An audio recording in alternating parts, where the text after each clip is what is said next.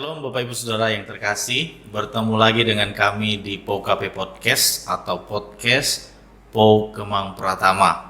Puji Tuhan, hari ini kita akan membahas bersama-sama tentang diabetes mellitus. Nah, telah hadir di ruangan ini Bapak Dr. Paulus Supriyatna. Ya, mungkin bisa memperkenalkan diri secara singkat, Pak. Ya, baik. Terima kasih, Shalom bagi kita semua. Saya adalah Dr. Paulus Supriyatna, dan memang sebetulnya sudah lama saya tidak menggunakan dokternya karena saya lebih banyak berkecimpung di marketing. Di marketing. Jadi saya dari perusahaan sudah melewatin kira-kira 8 perusahaan. Semuanya di marketing, boleh dibilang sudah nggak pegang pasien. Nah, tapi ilmu kedokter tetap dipakai. Kenapa? Karena kami di perusahaan-perusahaan itu kami juga presentasi gitu loh. Presentasi. Kalau misalnya tergantung, kalau perusahaan itu punya produknya tentang diabetes, ya kami presentasi banyak tentang diabetes. Kalau produknya banyaknya di jantung, ya kami presentasi tentang jantung. Produknya paru, kami presentasi tentang paru di rumah sakit. Kira-kira seperti itu. Dulu Bapak lulusan di mana, Pak? Kedokteran? Saya dari Maranatha, Bandung. Oh, Bandung ya, Maranatha. Oh iya, ada juga jemaat kita sekarang, anak muda kita yang sedang gitu kuliah ya? di sana. Sekarang sudah ya koas. masih kuliah. Iya, sekarang sedang koas. Masih koas. Iya. Iya, baik Pak. Hari ini kita akan berbincang-bincang seputar diabetes mellitus, Pak. Nah, apa itu diabetes mellitus itu, Pak? Oke. Jadi sebetulnya begini, diabetes mellitus itu adalah merupakan suatu sindroma ya, metabolik. Jadi sindroma itu artinya kumpulan gejala ya, metabolik yang ditandai dengan hiperglikemia kronik. Hiper itu tinggi, glik itu dari glukosa, emia itu di dalam darah. Jadi tingginya kadar gula di dalam darah secara kronik, secara menahun. Yang disebabkan oleh apa? Disebabkan oleh 3 poin. Pertama adalah karena gangguan produksi insulin. Jadi insulinnya diproduksinya tuh nggak sebagaimana mestinya, ya kurang daripada apa yang diharapkan. Itu satu. Lalu yang kedua, gangguan daripada produksinya normal, ya produksinya normal, tetapi dalam perjalanan dirusak oleh satu zat yang namanya TNF alpha, sehingga dia menjadi resisten. Ya, jadi yang ketiga adalah kedua-duanya sudah produksinya kurang, juga resisten. Nah, jadi itu. Jadi pokoknya 3 poin itulah yang menyebabkan akhirnya terjadi gangguan metabolisme daripada glukosa itu. Oh, makanya disebut diabetes mellitus begitu, Pak ya? Ya, diabetes mellitus. Mellitus itu itu dari madu sebetulnya, asal katanya dari madu gitu loh. Iya. Nah, sebetulnya diabetes mellitus itu ada berapa macam, Pak? Nah, sebelum kita masuk ke berapa macam, jadi gini, diabetes itu sebetulnya apakah dia termasuk penyakit ringan atau penyakit berat? Berat, iya. Nah, sebetulnya begini, dia termasuk kategori penyakit berat. Kenapa? Karena dia mematikan, ya bisa mematikan. Nah, lalu dia walaupun dia termasuk kategori penyakit berat, tapi dia bukan termasuk penyakit menular. Oh, tidak menular dia, tidak menular, ya. Tapi dia termasuk kategori penyakit yang mematikan.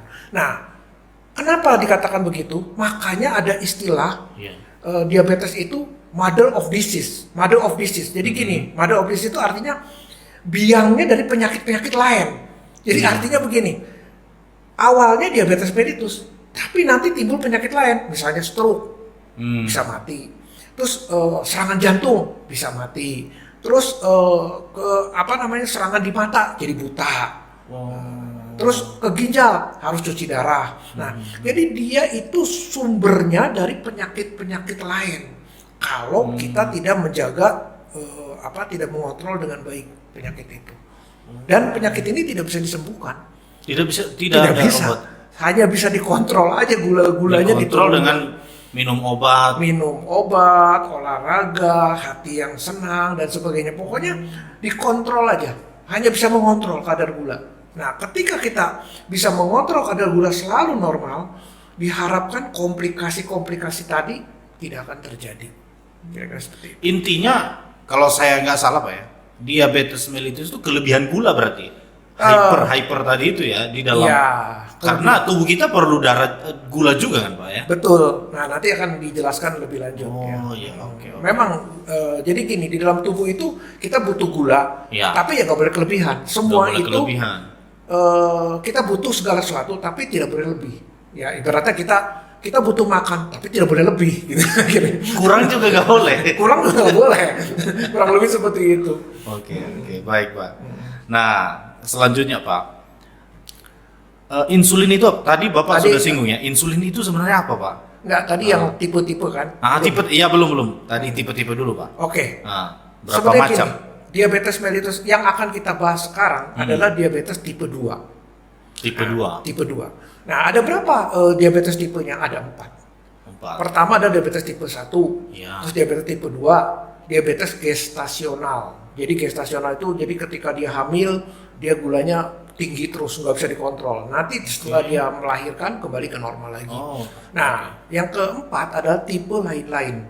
Tipe lain-lain itu apa? Yaitu begini, mungkin pabrik insulinnya rusak oleh karena obat-obatan, oleh karena sesuatu hal lah yang menyebabkan akhirnya dia timbulnya diabetes. Padahal dia tidak ada turunan diabetes, tidak ada apa, tapi rusak oleh karena obat-obatan.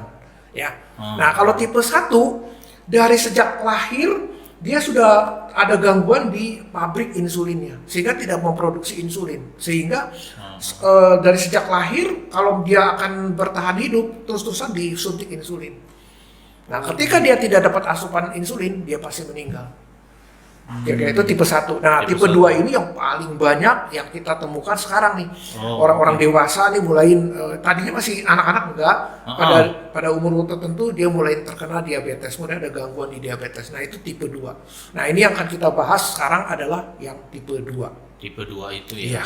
Kira-kira seperti itu. Baik. Kita masuk ke insulin ini Pak ya. Tadi Bapak singgung kan. Ya. Jadi produksinya itu di mana dan seberapa besar perannya dalam tubuh kita? Gini, insulin ini yang pegang peran di dalam masalah diabetes. Nah, di dalam tubuh kita itu ada yang namanya kelenjar pankreas. Nah, kelenjar pankreas inilah pabriknya daripada insulin. Ya. Nah, pankreas itu tidak hanya melulu menghasilkan insulin. Insulin itu apa? Tadi insulin itu hormon. Hormon di dalam pankreas itu ada 2 yang dihasilkan. Satu dihasilkan oleh sel alfa, yang satu dihasilkan oleh sel beta. Sel beta menghasilkan insulin, sel alfa menghasilkan glukagon. Nah, yang alfa itu dia yang menurunkan gula di dalam darah. Sedangkan yang glukagon yang menaikkan gula dalam darah. Jadi dalam tubuh itu harus ada keseimbangan antara yang menaikkan dan yang menurunkan, itu harus berimbang. Nah, itu di dalam sel alfa dan sel beta tadi. Nah, itu adanya di pulau-pulau Langerhans. Ya. Pulau Langerhans itu adalah nama orang yang menemukan pulau-pulau tersebut di pankreas. Nah, di luar pankreas, di luar pulau-pulau itu apa yang terjadi? Dia menghasilkan enzim pencernaan, amilase, lipase, tripsin. Amilase mencerna karbohidrat, lipase mencerna lemak, tripsin mencerna protein. Nah, ketiga enzim inilah ya yang kita hanya punya 3 enzim ini. Nah, kalau kita makan karbohidrat, keluarkan amilase. Kalau kita makan lemak, dikeluarkanlah lipase. Kalau kita makan protein, dikeluarkan tripsin. Tapi kalau kita makan benda yang di luar enzim-enzim tersebut, tidak akan dicerna. Contohnya misalnya selulosa. Kita makan selulosa yang banyak, misalnya daun-daunan tuh, nggak akan dicerna. Makan daun keluar daun. Nah, contohnya makan plastik, keluar plastik. Makanya sering disalahgunakan oleh orang-orang narkoba, dimasukkan ke dalam kantong plastik, dikeceng-keceng, ditelan. Nah, itu keluar lagi plastik. Karena dicerna. Dia tahu tidak ada enzim yang bisa mencerna plastik.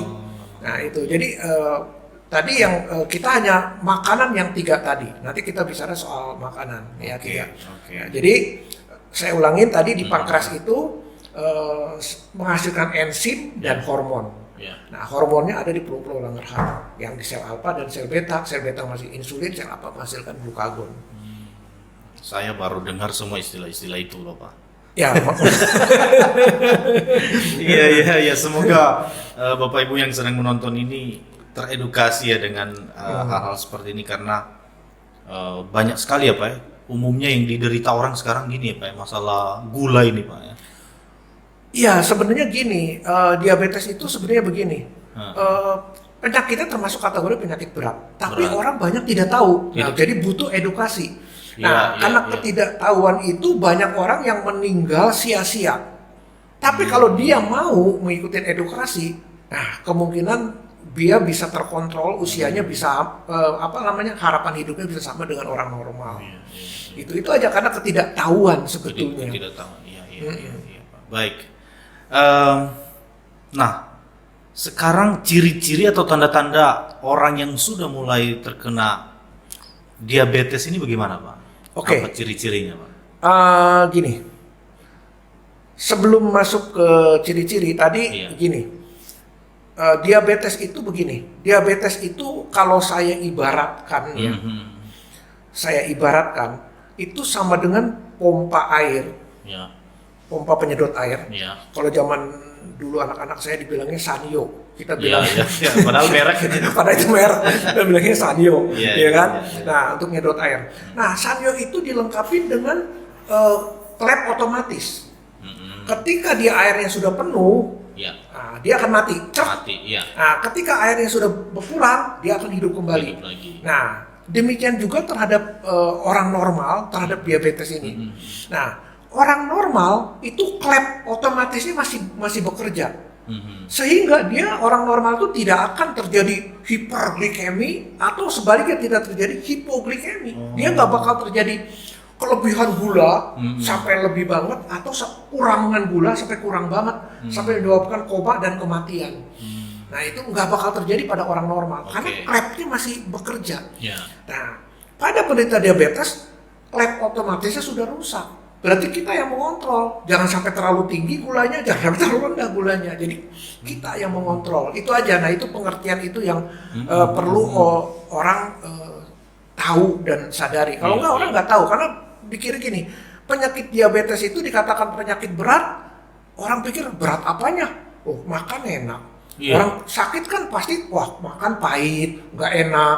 Iya. Tidur pulas dia, justru cenderungnya ngantuk terus. Lagi diam aja pengen tidur. Nah, jadi dia tidur enak. Apa? Makan enak, tidur enak. Makan bisa banyak, bahkan pengen makan lagi. Jadi orang mengira itu bukan penyakit berat. Padahal itu nanti saya jelaskan di mana letak beratnya. Gitu. Oke. Nah, jadi ciri-cirinya apa nih? Indikasinya Pak? Oke. Indikasinya apa? Ciri-ciri atau tanda-tanda diabetes mellitus ini ada dua, dibagi dua kelompok dulu ya. Oke. Pertama, tanda-tanda yang khas dan tanda-tanda yang tidak khas. Oke. Yang khas itu artinya apa? Artinya yang khas itu kalau tanda ini terjadi itu pasti diabetes. Oke. Kalau yang tidak khas bisa diabetes, bisa juga enggak. bukan. Oke. Ya. Apa yang tanda-tanda yang khas? Polifagia, banyak makan. Jadi orangnya lapar terus. Habis makan, misalnya makan jam 6. Jam 9 kok lapar lagi, makan lagi. Jam 12 kok lapar lagi, makan lagi. Nah, itu. Jadi itu akhirnya banyak makan. Terus yang kedua, banyak minum. Kok rasanya saya haus dulu gitu loh. Nah, banyak minum. Habis banyak minum, banyak kencing. Saking banyaknya kencing, tengah malam tuh lagi tidur.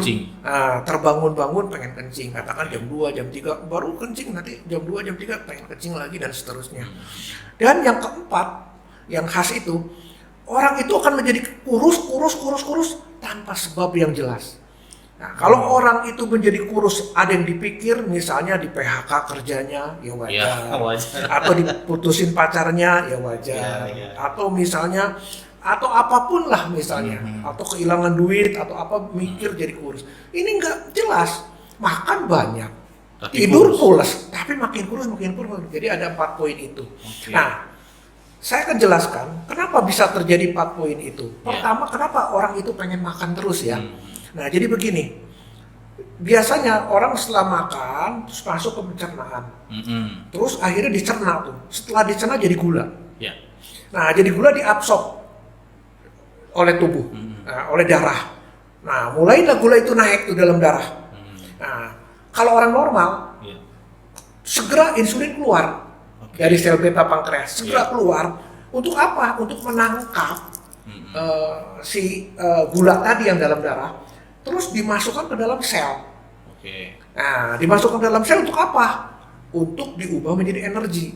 Iya. Makanya ada istilah orang, aduh aku lemes nih, belum makan. Ya wajar, karena tidak ada energi yang tadi. Nah, ini yang normal dulu dia, masuk, berubah menjadi energi. Iya. Ketika sudah dirubah menjadi energi dan makanan itu masih ada, masih lebih, ditimbun menjadi glikogen. Setelah ditimbun menjadi glikogen, masih lebih juga karena orangnya rakus misalnya, akan diubah menjadi lemak. Makanya orang yang sering makan nih, bukan penderita diabetes nih, Iya. lama-lama jadi gemuk. Gemuk. Nah, akan diubah menjadi lemak. Nah, itu sumbernya dari sel itu. Nah, pada penderita diabetes, makannya banyak, setelah makan diubah jadi gula, gulanya naik, insulinnya bermasalah. Yang tadi 3 poin. Iya, iya. Mungkin produksinya yang lemot, mungkin karena insulinnya diresisten, Iya. yang ketiga atau dua-duanya. Udah lemot, resisten pula. Nah itu, sehingga insulinnya hanya keluar sedikit, sehingga gula yang masuk ke dalam sel hanya sedikit, atau bahkan mungkin tidak ada yang masuk ke dalam sel. Akhirnya, walaupun dia makannya banyak, seakan-akan sel ini tidak diberi makan. Jadi selnya kelaparan. Selnya kelaparan, menjerit ke otak. Tolong dong, aku lapar nih, minta makan nih, aku belum dikasih makan. Lah otak mah nggak tahu. Ya, ya. Oh ya sudah, minta makan lagi. Nah, itulah sebabnya kenapa orang penderita diabetes itu lapar terus. Lapar. Karena selnya menjerit. Nah, setelah masuk ke dalam darah, Iya. gula tadi. Nah, gula ini kan makin, kalau penderita diabetes nih, makin hari makin lama makin tinggi karena insulinnya nggak ada yang ngambil, yang narik ke dalam sel. Oh, oke. Iya kan? Ya, ya. Harusnya kalau orang normal kan gulanya naik terus ditarik oleh insulin masuk ke dalam sel. Ya. Dirubah menjadi energi, dirubah menjadi glikogen, dirubah menjadi lemak. Tapi pada penderita diabetes insulin bermasalah, jadi nggak ada yang masuk ke dalam sel. Akhirnya udah makin tinggi tak terhingga. Bisa sampai 1000, bisa lebih. Nah, Ya, ya. akibatnya setelah tinggi ini dia dibuang ke dalam kencing.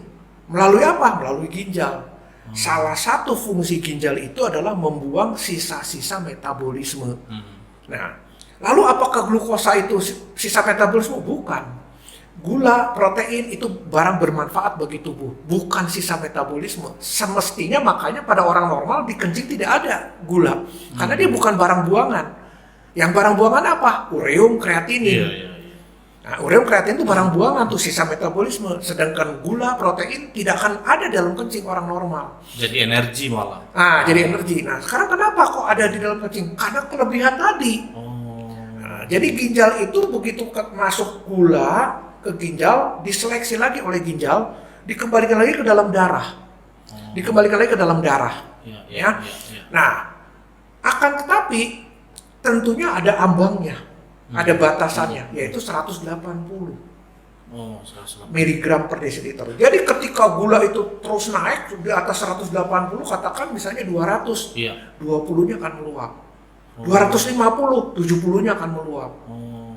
Begitu. Nah, ini Iya. makanya di kencingnya keluarlah gula. Orang zaman dulu bilangnya penyakit kencing manis. Nah, kenapa orang normal kok nggak keluar gulanya? Ya. Orang normal paling tinggi 1 jam setelah makan 140, masih jauh daripada ambang ginjal. Ambang ginjalnya 180, dia 140, nggak akan keluar melalui kencing. Dan akan kembali lagi ke dalam darah, karena itu barang bermanfaat. Ya. Sedangkan ureum, kreatin ada sisa metabolisme. Tapi sebaliknya, kalau sisa metabolisme itu tinggi di dalam darah, dipertanyakan ginjalnya jangan-jangan ada masalah nih ginjalnya. Kok sisa metabolisme nggak dibuang? Sebaliknya tadi, kok gula ada di dalam kencing? Ini ada masalah nih ginjalnya. Iya, iya. Nah seperti itu kurang lebih. Jadi yang mestinya dibuang ternyata ada di dalam rumah, yang mestinya di dalam rumah kok ada dibuang. Nah ini kira-kira seperti itu gitu. Oh, jadi itu indikasinya Pak ya? Indikasinya. Banyak makan. Nah, Ya. Betul. Terus gini, kenapa ketika gula itu tinggi nih, Ya. dibuang ke dalam ginjal, di ginjal tuh kayak ada semacam kayak saringan. Nah, begitu gulanya numpuk di dalam ginjal, tentu saja ini dia membutuhkan air untuk mengguyurnya. Kan kalau nggak bisa keluar dong, nyangkut di saringan. Akhirnya sekarang ginjal yang menjerit ke otak, minta minum dong. Akhirnya otak minta minumnya banyak. Nah itu, jadi yang kedua. Tadi pertama banyak makan, karena selnya yang menjerit. Nah sekarang banyak minum, karena ginjal yang menjerit. Minta minum dong, minta minum. Nah akhirnya dikasihlah minum. Nah setelah minumnya banyak, akhirnya banyak kencing. Nah terus kenapa kok orangnya jadi kurus? Karena selnya tidak dikasih makan. Harusnya insulin itu berfungsi untuk memasukkan ke dalam sel untuk jadi energi, untuk jadi dirubah menjadi glikogen, dirubah menjadi lemak. Itu tidak terjadi. Jadi orangnya makin hari makin kurus, walaupun makan tapi seakan-akan tidak diberi makan. Nggak ada bedanya orang yang diabetes dengan orang yang kelaparan, sama. Nah ini lama-lama jadi kurus yang sebabnya tidak jelas. Itulah gejala yang 4 poin itu gejala yang khas. Nggak ada penyakit lain yang seperti itu gejalanya. Nah lalu yang tidak khas. Yang tidak khas tuh gini, ngantuk misalnya. Nah orang ngantuk, wah kok kamu ngantuk kan? Jangan-jangan diabetes, bisa iya bisa tidak. Oke. Ya kan? Nah orang yang malas kan ngantuk kan? Terus kesemutan.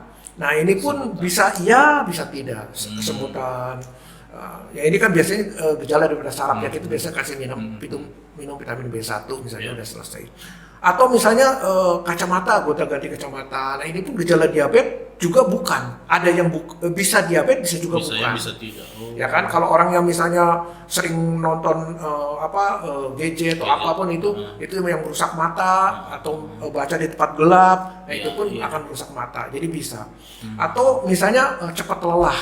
Nah cepat lelah bisa diabetes, bisa juga bukan.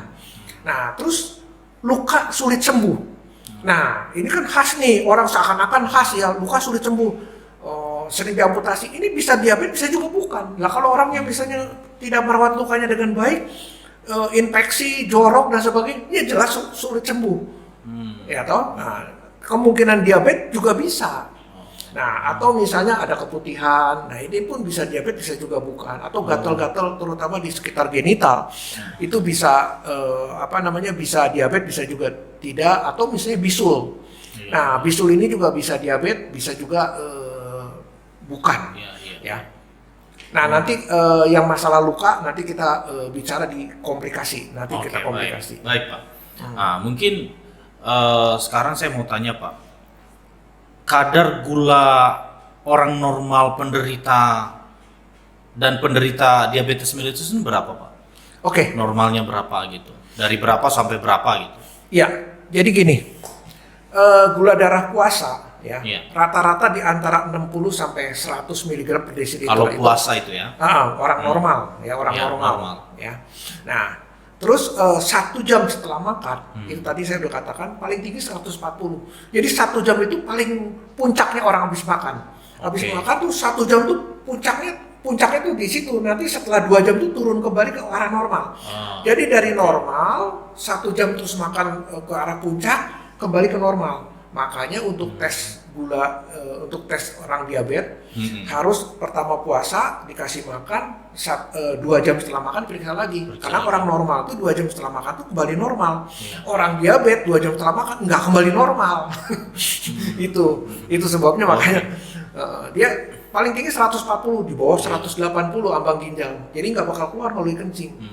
Itu orang yang tapi ada juga gini, pra-diabetes. Jadi hati-hati nih, orang model kayak begini ini jangan-jangan besok-besok diabetes nih. Nah itu misalnya ada yang disebut gini, ada istilah gini, kok saya kalau lagi puasa gulanya tinggi, tapi setelah makan gula saya diperiksa normal. Nah ada lagi gini, waktu puasa normal, setelah makan malah tinggi. Nah itu ada orang yang kayak gitu. Dulu saya pernah dapat pertanyaan-pertanyaan seperti itu. Nah itu adalah gejalanya pradiabetes. Jadi misalnya berapa nilainya pradiabetes itu? Yang puasa terganggu atau disebut impaired fasting glucose atau gula darah puasa terganggu. Itu antara 100 sampai 125 mg per desiliter. Kalau puasa itu sampai 100 sampai 125, nah ini hati-hati. Nah, atau ya setelah makan misalnya impaired glucose toleran. ya. Itu namanya gula darah toleransi glukosanya terganggu. Nah, itu antara 140 sampai 200.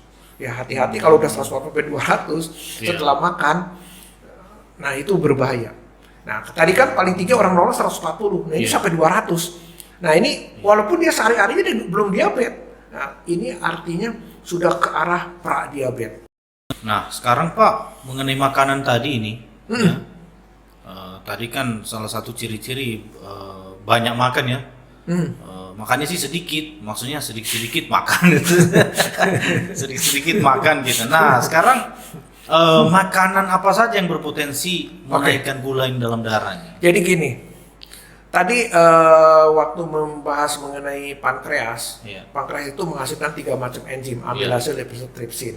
Nah, makanan kita itu hanya ada 3 kategori, yaitu karbohidrat, lemak, dan protein. Nah, karena hanya tiga macam lemak inilah, 3 macam makanan inilah yang bisa dicerna dan bisa dimanfaatkan oleh tubuh. Di luar itu tidak ada pencernaan karena tidak punya enzim untuk mencerna itu. Nah, karbohidrat itu dibagi lagi, karbohidrat yang simplek atau yang sederhana dan yang kompleks. Yang sederhana tuh misalnya, kenapa dikatakan sederhana? Karena begitu kita minum, kita makan, langsung jadi gula. Nggak pakai nunggu waktu. Nah, kalau yang kompleks itu nunggu dicerna dulu. Nah, udah dicerna baru jadi gula. Nah, kalau ini nggak langsung jadi gula. Contohnya apa? Ya gula pasir, ya gula Jawa, ya madu, ya kerupuk yang ual-ual itu. Soda juga, minuman juga termasuk kayak iya, Coca-Cola, iya, itu kan gula langsung, gula simplek itu kan, ya kayak Coca-Cola, kayak Fanta, itu kan gula langsung. Nah, kerupuk yang ual-ual itu adalah dibikinnya dari singkong ya, tapioka yang udah digerus halus. Nah, ini menjadi simplek, begitu makan langsung naik. Nah, atau nasi yang sudah dibikin bubur. Nah, makanya itu tidak baik untuk penderita diabetes. Karena nasi yang sudah jadi bubur itu begitu dimakan nggak lama jadi gula, langsung naik, diserap jadi gula. Nah, kita harus begini, kita harus tahu begini. Karena kita bermasalah di insulinnya, ya istilahnya lemot gitu insulinnya. Jadi kita jangan kalau bisa makan itu yang lama dicernanya. Supaya jadi gulanya pelan-pelan gitu, jadi gulanya dikit-dikit gitu. Karena begitu dikit, insulinnya masih keburu gitu, ambil masuk. Nah, terus keluar lagi dikit, masih keburu, ambil. Tapi kalau sekaligus naik tinggi, insulinnya nggak keburu. Nah, di situ akhirnya gulanya langsung tinggi. Nah, nanti ketika gulanya langsung tinggi, HbA1c-nya tinggi. Nanti kita bicara di HbA1c. Nah, sekarang makanya sekarang orang bilang lebih bagus makan yang nasi perak. Nah, itu betul. Terus masak nasi airnya sedikit. Jangan terlalu banyak, yang agak keras. Supaya apa? Tujuannya supaya dicernanya lama. Itu. Jadi, seperti itu. Atau nasi merah, atau nasi hitam kalau bisa. Saya pernah dengar nih Pak, katanya kalau nasi itu lagi panas, terus kita makan, katanya gulanya tinggi. Jadi tunggu dingin dulu. Ini saya pernah dengar Pak. Apa benar nih atau gimana? Enggak ya. Jadi mau dia dingin panas sama aja. Sama aja. Memang kadang-kadang begini ya di masyarakat itu seringkali orang ya kayak tadi makan undur-undur atau apa itu berbahaya lah, makan makanan yang kita ikutin petunjuk dokter aja lah, karena itu udah hasil riset. Iya. Tapi masalahnya Pak, rata-rata makanan ini yang enak-enak malah yang gulanya tinggi. Sebetulnya gini, yang enak-enak enggak juga. Karena udah biasa kali Pak ya? Bukan. Karena penderita diabetes itu doyan makan. Itu masalahnya. Jadi awalnya pengen makan terus. Beda yang misalnya penyakit yang nggak nafsu makan. Nah itu mungkin makan apapun dibilangnya nggak enak. Nah kalau diabetes kan orangnya nafsu makannya gede. Ya, jadi makan apa aja enak. Tapi jangan salah. Jadi gini, dari ketiga komponen tadi, karbohidrat, lemak, protein. Karbohidrat tadi ada yang simplek, ada yang kompleks. Yang kompleks itu kayak singkong, kayak kentang, kayak ubi, itu kompleks. Malah orang dulu bilang, katanya zaman dulu orang diabetes tuh makannya kentang. Nggak pernah dengar ya? Nggak pernah. Oh, pasti tanya orang-orang tua zaman dulu. Iya. Orang diabetes tuh harus makan kentang katanya, jangan makan nasi katanya gitu. Nah itu pendapat sekarang sudah dipatahkan, itu tidak benar. Kenapa seperti itu? Memang kadar glikemiknya antara nasi dengan kentang lebih tinggi nasi, tapi dicernanya kentang lebih cepat. Jadi yang nasi dicernanya lebih lama, jadi nanti waktu diabsorbnya jadi pelan-pelan kalau nasi. Tapi kalau kentang lebih cepat diabsorbnya. Nah, insulin nggak kekejar tuh produksi insulinnya. Kira-kira seperti itu. Nah, terus tadi yang 3 komponen tadi dari karbohidrat, lemak, protein yang bisa menaikkan gula di dalam darah itu adalah karbohidrat. Karbohidrat ya. Bukan protein, Bukan lemak. bukan juga lemak. Nah, protein contohnya apa? Ya kayak daging. Daging protein, tempe protein, tahu protein nabati, daging protein hewani itu protein semua. Itu tidak menaikkan gula. Yang menaikkan gula itu adalah karbohidrat. Nah, contohnya sekarang begini. Contoh ya, kalau mau eksperimen, biasanya penderita diabetes itu punya alat tes gula, rapid test. Nah, sekarang gini, kita tes dulu sebelum makan, kita tes dulu berapa kadarnya, misalnya 70.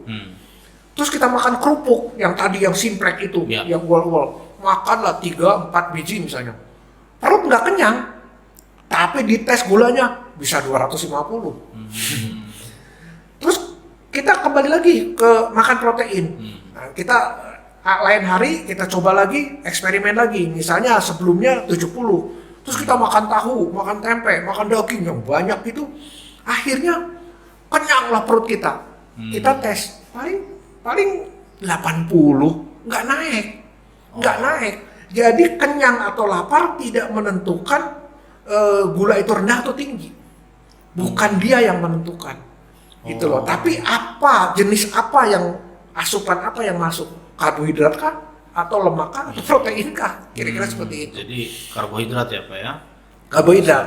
Tapi bukan berarti protein dan lemak tidak bisa jadi gula. Kan orang kalau misalnya di tengah hutan nggak ada karbohidrat, nggak ada apa, ada makannya daging-daging apa ular apa dimakan kayak tentara, akan jadi karbohidrat juga. Tapi prosesnya nggak langsung. Dia nanti melalui liver akan dirubah menjadi melalui proses gluconeogenesis. Gluko itu glukosa, neo itu baru ya, bahasa Latin new itu. Gluconeogenesis, pembentukan gula dari zat yang bukan gula. Itu bisa. Tapi melalui proses yang lama. Kalau proses yang langsung karbohidrat. Tapi ada orang juga yang berkata begini Pak, saya sering dengar, nggak apa-apa saya makan karbohidrat banyak, makan sembarangan, kan saya olahraga juga. Gimana?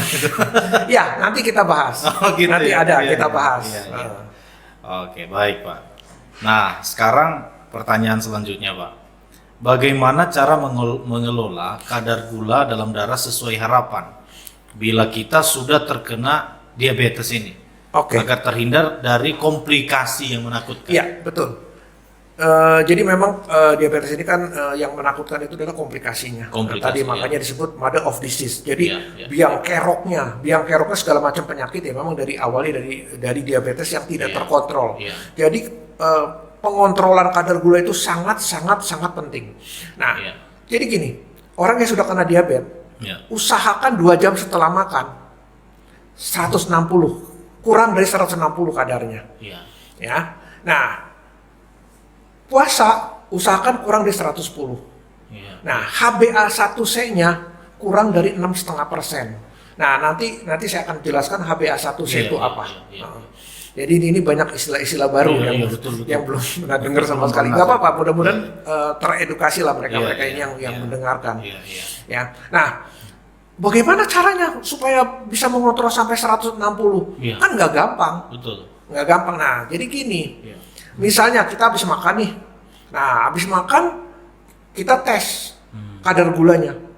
Katakan misalnya 190. Waduh, kalau 190 berarti kalau ini 1 jam setelah makan diperiksa dulu 190. Nah, kalau 190 kalau dibiarkan 2 jam paling turun sedikit, masih 185, masih jauh di atas 160. Nah, sedangkan standar kita 160. Nah, caranya gimana? Dipangkas. Nah, dipangkasnya dengan cara apa? Dipangkasnya itu dengan cara olahraga. Nah, terus orang pasti akan protes. Pak, saya ini di tempat kerja, Pak. pakai dasi, pakai Iya. apa, masa olahraga, habis Iya. makan olahraga. Iya. Saya ini kan udah dandan, udah apa yang perempuan, masa olahraga. Oh begini Bapak, Ibu, yang disebut olahraga di sini artinya menggerakkan badan kita. Makanya orang dulu bilangnya gerak badan, kalau sekarang namanya olahraga. Nah, dengan cara apa? Di kantor ada fasilitas apa? Iya. Di kantor ada fasilitas misalnya tangga. Ya sudah, kita jangan naik lift, kita naik turun tangga. Jadi setelah makan itu kita naik turun tangga, naik turun ya kira-kira seperempat jam atau 20 menit, udah naik turun tangga. Kita tunggu seperempat jam lagi, kita tes. Paling itu tinggal 80-90, yang tadi udah 190 loh. Iya. Paling tinggal 80-90, jauh di bawah dari 165. Nah kalau terus-terusan kita seperti itu, mudah-mudahan tidak akan terjadi komplikasi. Dan harapan hidup kita kurang lebih sama dengan orang yang normal. Ini ya penderita diabetes yang masih baru ya. Iya, iya. Nah, kalau penderita diabetes yang sudah lama, yang benar-benar pankreasnya sudah rusak, insulinnya tidak diproduksi lagi, nah itu harus insulin disuntik, itu nggak berlaku seperti ini. Ini hanya pankreasnya masih bagus, Iya. hanya produksinya aja yang terganggu insulinnya. Nah ini bisa dilakukan dengan cara sesederhana ini. Oh, oke.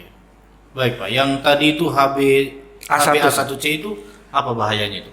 Iya jadi gini, HbA1c itu, Hb itu kita tahu kan, Hb itu hemoglobin. Iya. Hb itu singkatan dari hemoglobin. A itu adult, dewasa. Iya. A1C, 1C itu artinya gini, dia mengikat di karbon di rumus kimia lah ya. Pokoknya itu hanya orang dokter lah yang tahu. Jadi dia mengikat situ. HbA1c itu adalah ikatan antara glukosa dengan hemoglobin. Hemoglobin orang dewasa. Iya. Nah, maksudnya gini, ketika bayi di dalam kandungan, janin di dalam kandungan, itu Hb-nya HbF, Hb fetus. Iya. Setelah dia lahir, 1 hari kemudian HbF itu berubah menjadi HbA. Dia akan dipecah tuh HbF-nya berubah menjadi HbA. Iya. Nah, ketika dipecah itu, maka bilirubin akan keluar, makanya si bayi itu menjadi kuning atau terus neonatorus. Jadi bayi kuning baru lahir, neo itu baru, neonatorus. Jadi bayi lahir, bayinya kuning itu normal. Itu normal. Karena apa? HbF-nya berubah jadi HbA. Nah, HbA ini akan terus dibawa sampai tua, sampai kakek-kakek, nenek-nenek, sampai mati.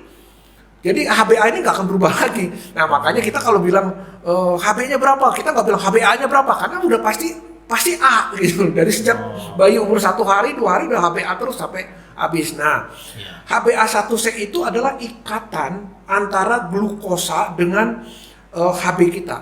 Nah kapan dia terikat? Ketika kadar gula kita, ketika kita makan. Nah, terus jadi gula diabsorb ke dalam darah, nah itu Hb diikat oleh Hb. Nah, jadi itu satu. Lalu untuk apa di HbA1c ini? HbA1c ini adalah untuk kayak kita melihat rapot kuartalan. Dia bisa melihat kadar gula 3-4 bulan ke belakang. Jadi kalau seseorang tersebut tidak bisa mengontrol kadar gulanya dengan baik, akan ketahuan di rapotnya, di HbA1c-nya gitu loh.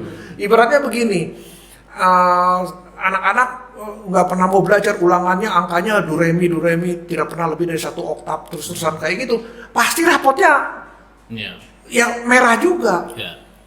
Nah, demikian juga kalau dia rapotnya bagus, ulangannya hariannya bagus, ya sekali-sekali ada yang jelek, itu rata-ratanya pastinya bagus.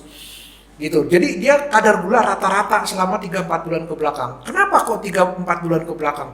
Karena dia kan hemoglobin. Hemoglobin itu adanya di eritrosit, sel darah merah. Eritrosit itu punya usia 120 hari. 120 hari dia akan pecah. Dan HbA1c ini akan pecah dan kembali ke HbA lagi yang normal lagi. Nah, begitu dia akan makan gula lagi tinggi lagi, dia akan tinggi lagi HbA1c-nya. Nah itu, jadi dia itu untuk kalau kita mau melihat seseorang compliance-nya baik atau tidak, atau kepatuhannya terhadap gulanya itu mengontrol diabetesnya baik atau tidak, HbA1c yang diperiksa, bukan glukosa. Kalau glukosa seperti tadi Pak Dimas bilang, saya kemarin diperiksa bagus Pak, normal Pak, HB-nya. Coba periksa HbA1, glukosanya. Coba periksa HbA1c-nya, tinggi nggak? Kalau HbA1c-nya tinggi, nggak berarti sudah tinggi dari 4 bulan ke belakang. Tapi kalau gula tergantung saat ini. Saat ini nggak lagi makan ya pasti gulanya normal. Saat ini makannya dikit ya, makan karbohidratnya dikit ya pastinya normal. Seperti itu. Jadi dia tidak bisa dipakai untuk mendiagnosa. Tapi HbA1c yang bisa melihat untuk melihat kepatuhan daripada pasien. Nah lalu HbA1c ini jahatnya bagaimana? Dia itu kalau saya boleh diistilahkan sebagai monsternya hemoglobin. Monsternya kenapa? Dia itu rakusnya kalau ngambil oksigen, dia kan berkeliling-keliling itu dalam darah masuk ke paru-paru. Dia akan ngambil oksigen tuh, berebutan dengan hemoglobin biasa. Dia makannya paling banyak oksigennya. Jadi misalnya kalau istilah hemoglobin makannya 1, dia 10 sekali ngambil. Nah lalu apa kejelekannya? Setelah dia itu sampai ke dalam darah, nggak mau dilepas. Setelah nyampe ke jaringan, nggak mau dilepas oksigennya. Sedangkan hemoglobin udah dapatnya sedikit-sedikit, dia mau melepas. Yang membutuhkan, jaringan yang membutuhkan dilepas, dia nggak mau lepas. Nah itu, sehingga jaringan akan kekurangan oksigen. Itulah sebabnya, salah satu sebabnya kenapa orang yang tidak mengontrol kadar gulanya dengan baik, di mana HbA1c-nya tinggi, salah satunya luka sulit sembuh. Kenapa? Ya tadi, akhirnya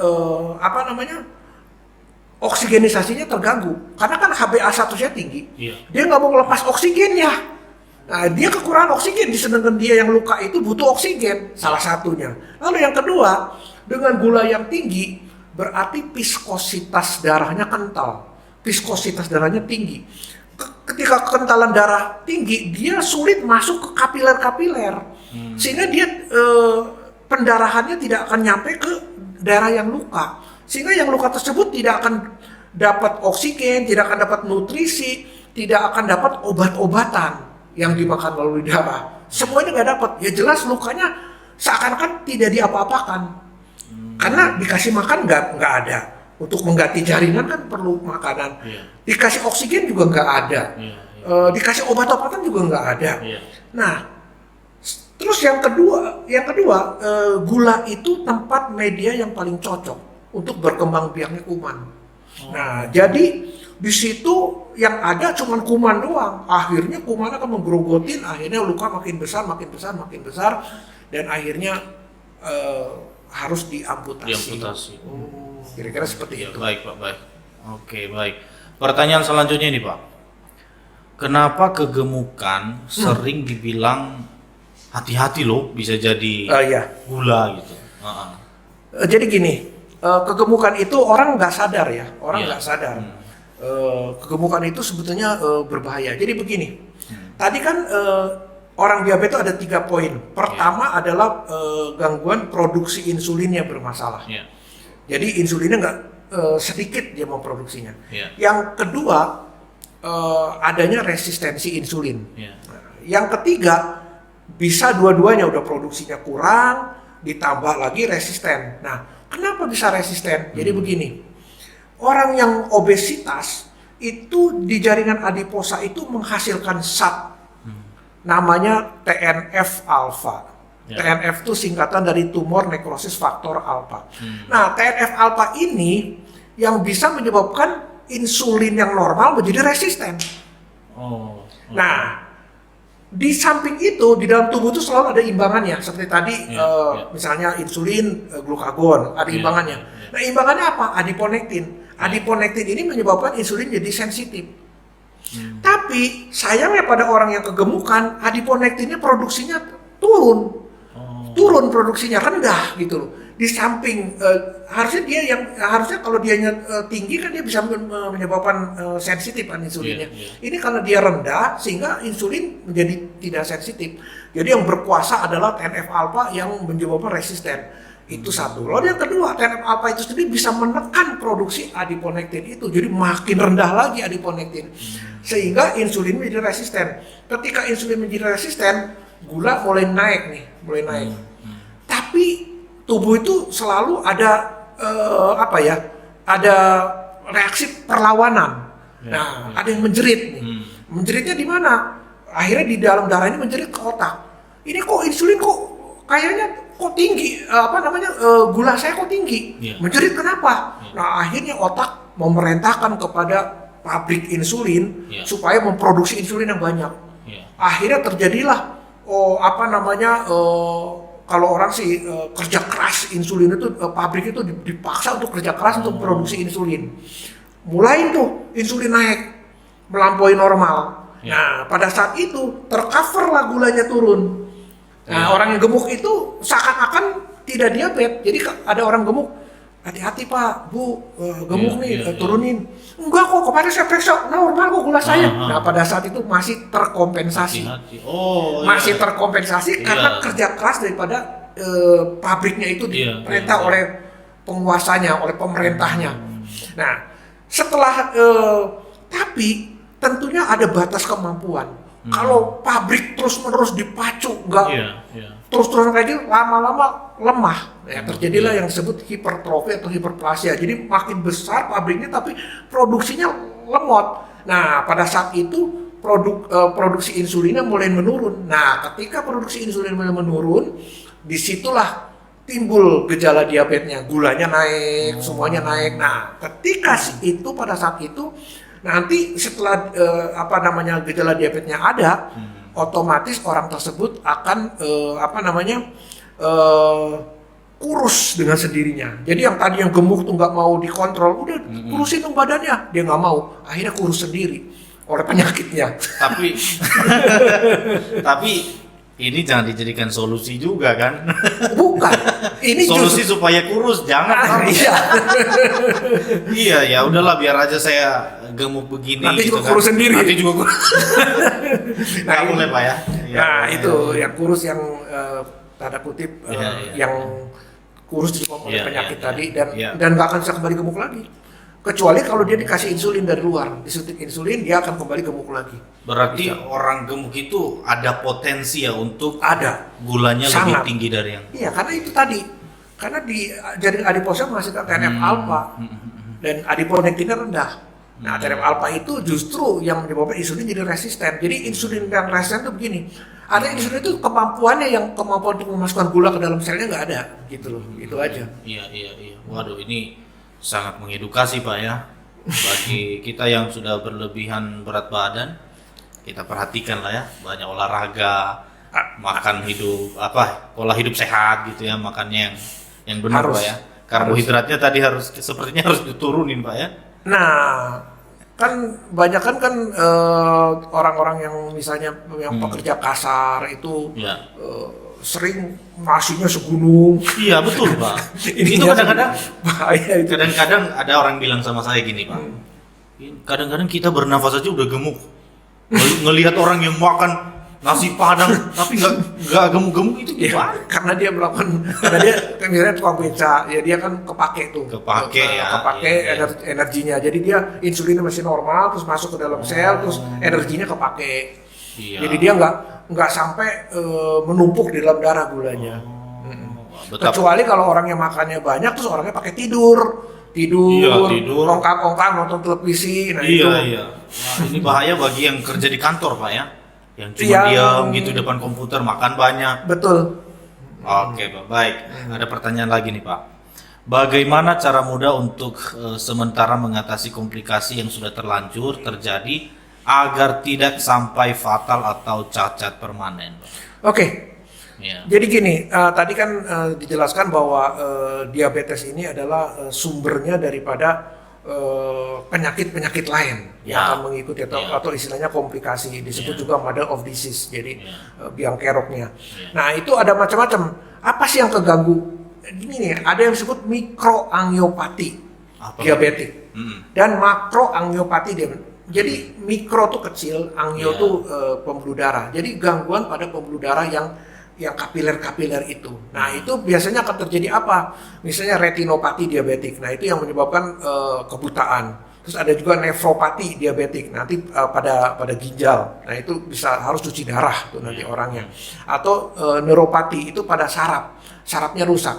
Nah itu pun akan pati itu patologi ya. Jadi neuro tuh artinya sarafnya rusak, nefro artinya ginjal, nefropati ginjalnya rusak, retinopati retinanya rusak. Nah itu jadi itu semua kenapa bisa seperti itu? Ya tadi dimulai dari HbA1c yang tinggi, terus gulanya tinggi, terus akhirnya menyebabkan viskositasnya tinggi. Itu yang menyebabkan akhirnya kesulitan mendapat nutrisi. Saraf nggak dapat nutrisi, akhirnya sarafnya mati. Bukan sarafnya mati, akhirnya terjadi apa sih istilahnya mati rasa gitu loh. Ada penderita diabetes ketusuk kakinya, ketusuk paku payung, 1 bulan dia nggak berasa. Itu bukan debus itu, nggak berasa dia. Oh iya? Iya, tahu-tahu begitu dilihat udah kelihatan tulangnya. Udah growong lihat tulangnya. Nah itu hati-hati, itu udah berat banget tuh, udah kalau sampai udah nggak berasa sarafnya itu artinya sudah sangat berat. Nah terus ada lagi yang makroangiopati itu misalnya penyakit jantung koroner atau stroke. Nah itu bisa menyebabkan stroke dan sebagainya. Iya. Nah sekarang begini, pada penderita yang luka yang sulit sembuh, bagaimana untuk menghindari supaya jangan terjadi diamputasi ya? Pertama ya jelas usahakan kadar gulanya kontrol kadar gulanya harus ketat, dibikin senormal mungkin tadi 160, HbA1c di bawah 6,5%. Nah pokoknya diusahakanlah seperti itu. Nah lalu yang kedua bagaimana caranya supaya ini kan susah nih, darahnya kental, darahnya pekat, susah untuk masuk kapil-kapil ke tempat yang luka. Nah, terus HbA1c tinggi, untuk oksigenisasi juga susah. Nah, kita membutuhkan alat namanya hiperbarik. Itu ada di Rumah Sakit Angkatan Laut di Minto Harjo ya. Nah, itu dimasukkan ke dalam satu kapsul orangnya masuk ke dalam kapsul. Nah, di situ pakai alat, akhirnya di pressure sehingga dengan kekuatan alat itu darah itu akan masuk ke semua jaringan, termasuk ke otak, termasuk ke jaringan yang luka. Sehingga jaringan yang luka tersebut akan teraliri darah. Yang tadi kan kesulitan kalau dia sendiri suruh masukin darahnya ke dalam sel, ke dalam yang luka itu kan sulit. Karena ada kepekatan tadi. Nah, dengan alat dibantu pakai alat didorong akhirnya bisa. Nah, itu paling 2-3 bulan kalau dianya disiplin akan kering lukanya. Nah, itu akan terhindar dari itu jarang orang yang tahu juga sih sebenarnya. Nah, itu adalah kalau untuk menghindarin amputasi. Lalu yang kedua, serangan jantung. Pada atau myocardial infarction ya, myocardial infarction. Pada orang normal, kalau ada serangan jantung atau penyakit jantung koroner, itu nyerinya luar biasa di dada sebelah kiri, seperti ditusuk-tusuk, seperti diremes-remes, seperti tertindih benda berat. Orangnya udah kayak apa? Sakitnya tuh banyak orang normal yang kena serangan jantung. Tapi pada penderita hati-hati, pada penderita diabetes justru orangnya nggak merasakan apa-apa. Dia cuman kok nggak enak ya dada sebelah kiri kayak cuman begitu doang. Ini yang harus dihati-hati. Kenapa kok pada penderita diabetes kronik yang tidak terkontrol terkena serangan jantung dia kayaknya nggak merasakan apa-apa? Sedangkan orang normal seperti guling-guling, seperti keluar keringat dingin, dia enggak. Karena pada penderita diabetes yang sudah kronik itu di dalam otaknya menghasilkan zat namanya endorfin. Nah, endorfin ini adalah painkiller, pembunuh rasa nyeri. Sehingga dia inilah yang menyebabkan orang tersebut tidak terasa nyeri, padahal nyerinya udah luar biasa. Nyeri yang tinggi sekali akhirnya cuma kayak biasa-biasa aja. Nah, ini yang harus hati-hati. Nah, kalau sudah ada mulai nggak enak di dada sebelah kiri, jangan melakukan aktivitas. Itu ada serangan jantung. Jangan-jangan ada serangan jantung pada penderita diabetes yang sudah kronik yang tidak terkontrol. Nah, itu lebih baik semuanya pakai kursi roda atau kemana langsung ke rumah sakit. Biar nanti setelah itu rumah sakit yang mengatasi. Lalu yang berikutnya adalah koma hipoglikemik. Ya, jadi gini, orang yang gula darahnya kelewat tinggi bisa koma. Orang yang kelewat darahnya rendah bisa koma. Bisa koma juga. Nah ini yang tadi saya katakan bahwa klep otomatisnya rusak. Iya. Kita bisa gula bisa tinggi nggak kekontrol. Iya. Bisa rendah nggak kontrol. Orang normal nggak bakal. Orang normal tuh ada keseimbangan tadi, insulin sama glukagon. Dia kalau tinggi insulinnya keluar, kalau misalnya rendah glukagonnya yang keluar. Jadi misalnya orang puasa. Iya. Orang puasa kok tetap bisa beraktivitas? Karena glukagon yang keluar. Glukagon keluar memecah lemak dalam tubuh. Di lemaknya dipecah, masuk ke dalam liver. Di liver terjadilah metabolisme gluconeogenesis. Jadi pembentukan glukosa dari zat-zat yang bukan gula, contohnya dari lemak tadi. Nah, dia akan jadi gula, masuk ke dalam darah. Nah, darah terus masih ada insulin masuk ke dalam sel, akhirnya jadi energi. Jadi walaupun dia puasa, dia masih bisa lari, masih bisa badminton, masih. Nah, karena glukagon, tapi orangnya jadi kurus karena lemaknya dipecah. Nah, itu. Nah, tapi pada penderita diabetes itu klep otomatisnya itu yang rusak. Nah, dia bisa hipo sampai benar-benar habis, dia koma. Nah, mana yang paling berbahaya? Hiperglikemik, koma hiperglikemik atau koma hipoglikemik? Yang paling berbahaya koma hipoglikemik. Karena orang seringnya begini, salah kaprah. Diabetes kan gulanya tinggi, nggak boleh tinggi. Jadi dia pokoknya diusahakan gula tuh jangan tinggi. Kalau bisa rendah, nggak bisa, nggak boleh. Nggak boleh juga ya. Nggak boleh juga. Iya. Nah, ketika dia sampai terjadi koma, berarti itu sudah kadar gulanya udah kelewat rendah. Itu otak kalau tidak dikasih oksigen dalam waktu 10 menit rusak otaknya. Nah, jadi otak kita itu cuma makannya glukosa sama oksigen. Dia tanpa glukosa dia akan rusak otaknya 10 menit. Jadi ketika koma hipoglikemik, jangan kita heboh langsung bawa ke rumah sakit. Nggak keburu, macet di jalan, nyari mobil, nyari ini apa, belum mobilnya mogok lagi, ya kan?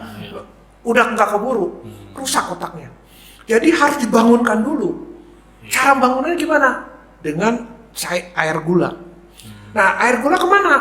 Jangan masuk ke mulut. Orang lagi pingsan. Jadi gini. Saluran napas dengan saluran makan itu bersilang-silangan kayak rel kereta api sama jalan raya. Dia akan bisa berfungsi ketika orangnya masih sadar. Orangnya sadar kan? Kita makan nggak akan masuk ke paru-paru. Kita napas nggak akan masuk ke makan. Jadi ketika makan yang ke paru-paru ditutup. Ketika napas yang ke makannya ditutup. Jadi pintunya tuh buka tutupnya otomatisnya itu masih hidup ketika kita sadar. Nah, sama rel kereta juga. Ketika listriknya hidup, bisa buka tutup. Ketika listriknya mati, nggak bisa ininya. Nah, tabrakan. Nah, ini sama. Nah, orang yang hipo kalau dimasukkan cairan ke dalam mulut dalam keadaan pingsan, masuk ke paru-paru. Nah, itu sama dengan membunuh dia. Jadi dimasukin dari mana? Masukin ke anus. Jadi, dinungging, masukin ke anus, pakai corong ya, masukin ke anus. Nah, nanti diabsorb di anus, nanti gulanya diabsorb, sadar orangnya. Nah, sadar baru bawa ke rumah sakit. Nah, itu urusan rumah sakit.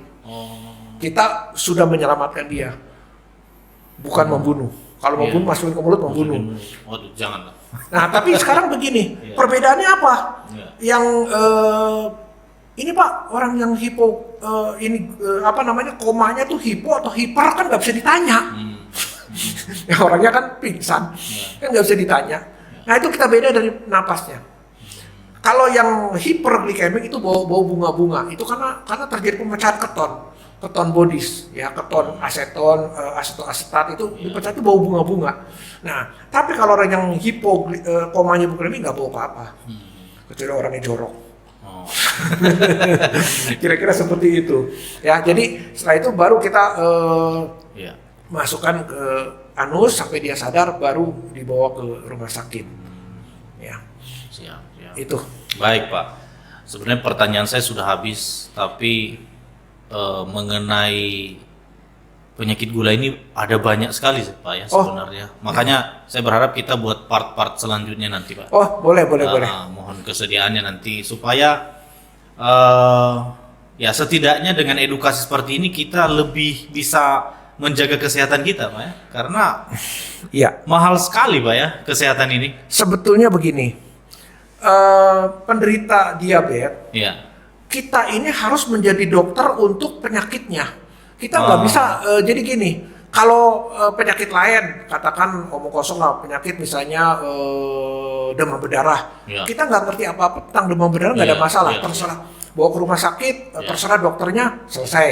Iya. Atau penyakit apa bisa. Tapi Iya. untuk penyakit diabetes sendiri itu kita harus tahu dalam tentang Iya. penyakitnya.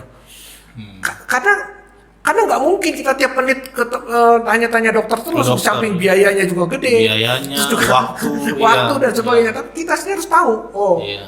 ini harus kontrolnya seperti ini, kontrol harus begini. Iya, iya. Oh, insulin tuh begini kerjanya. Iya. Gini. Ini nggak boleh kegemukan, berarti nanti TNF alpha-nya naik. Nah kita harus tahu. Harus tahu, Pak ya. Iya, iya, iya. Nah, kita nggak boleh terlalu rendah, nanti otaknya rusak. Nah, itu kita harus tahu persis. Jadi kita harus bagaimana, ini makanan ini bisa menaikkan gula, yang ini saya hindarin aja. Oh, kalau gitu saya sebaiknya jangan makan bubur atau jangan makan yang simplek, gula-gula yang sederhana, tapi gula-gula yang kompleks yang supaya dicernanya agak lama. Karena insulinnya agak sedikit bermasalah di dalam tubuh kita. Jadi kita harus tahu. Nah, disinilah diberlakukan buah roh yang ke-9, Pak. Mengendalikan diri. Betul ya, Pak ya? Baik, terima kasih banyak, Terima Pak Dokter. kasih, sama-sama. Nah, terima kasih sudah memberikan edukasi bagi kita semua, dan Bapak Ibu yang menonton video ini bisa juga mengajukan atau bertanya ya di kolom komentar. Nanti di sesi selanjutnya kita akan jawab pertanyaan-pertanyaan boleh. mereka. Ya, kita akan buat Q&A nanti. Baik, terima kasih sudah menonton dari awal sampai akhir. Jika Bapak Ibu ingin terus melihat podcast-podcast selanjutnya, bisa subscribe channel YouTube Gereja Pau Kemang Pratama, dan sampai bertemu di podcast selanjutnya. Tuhan Yesus memberkati. Tuhan Yesus berkati. Amin.